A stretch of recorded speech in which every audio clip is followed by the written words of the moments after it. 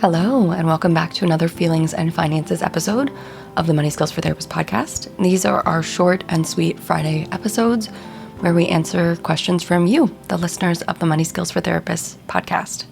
Today, we have a question from Nick, and here's Nick's question.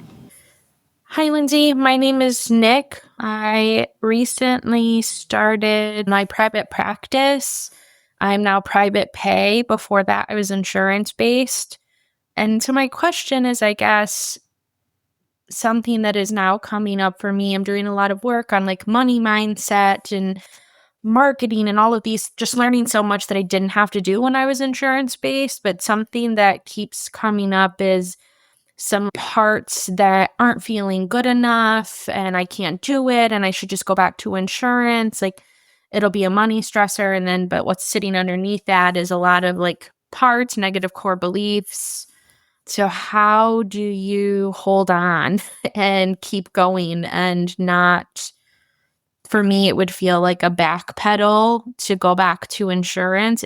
It's really not even an option. So it's really scary to kind of hold on, needing more clients, needing more money, and all of the parts that are getting poked at during the process. So I would love to hear your thoughts on how to just like build that distress tolerance for how different it is being private pay than insurance based. Thank you for the work that you're doing. I'm really enjoying your podcast, and I hope that we get to talk more soon. Thank you. Okay. This is a great question, Nick. I mean, the first thing that my first response, which is like kind of a joking response, but also not a joking response, is therapy. So I'm thinking about my own journey, Nick, with kind of playing a bigger game, to put it a certain way, in business, and moving into a space where you're like, this is what I'm offering, and this is the value of it, and this is what I'm charging, and that's not for everybody. All the things, as you say, that we have to do. In your case, you're talking about being private pay rather than insurance. I've experienced a similar thing just in terms of courses and what I charge for them, and having to be real about what it costs to run a business and pay a team. And there is so much opportunity, as you say, just ample, never-ending opportunity for the parts of us that hold negative beliefs, parts of us that, as we know, are about survival, about keeping us safe. It's so much opportunity for those parts to just go bananas. I get so activated by the exact kind of project that you're doing where you are saying, no, I can't be small anymore in this way. Financially, I need something else, or emotionally, I need something else. I don't know exactly what has brought you to the journey of deciding to be fully private pay. But we are having to be seen and to be big and to, as you say, weather the uncertainty that comes when we ask for more. And when we communicate to the world that no, what we are doing is worth more, and we're willing to wait for the folks who recognize that and the folks who are willing and able to pay us for that work. It is scary. So how do you weather that? How do you build that distress tolerance? This is where, again, therapy is your friend.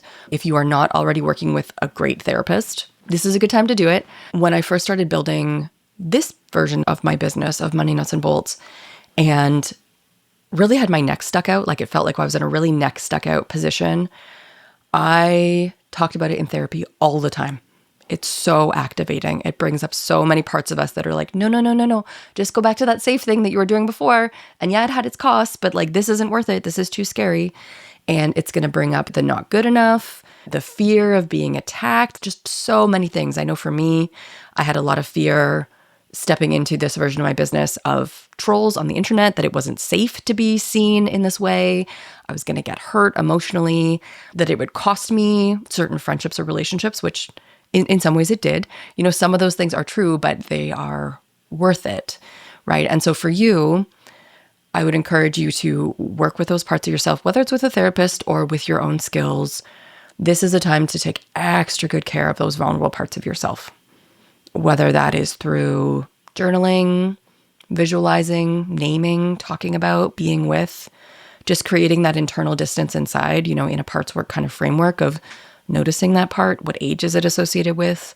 Does this part of you know that the conditions in your life are different now and that so many skills that you've built and so much education that you've received, does this part of you know about all those things when it believes that you're not good enough? Has it been updated on all of the things that you've done to get to this particular place in your career? You know, that kind of time orientation work with those young parts of us and the compassion and the kindness and taking care of them could be through art, could be through just talking honestly with other friends and business owners that you know, but letting those parts of you have space. Because if we try to just like squash them down and override them, we know that they just pop up in different ways, right? They don't go away. We need to help those parts of us catch up with where we are in life, catch up with you and why you have made this decision, what has brought you to this place, because it wasn't just all of a sudden.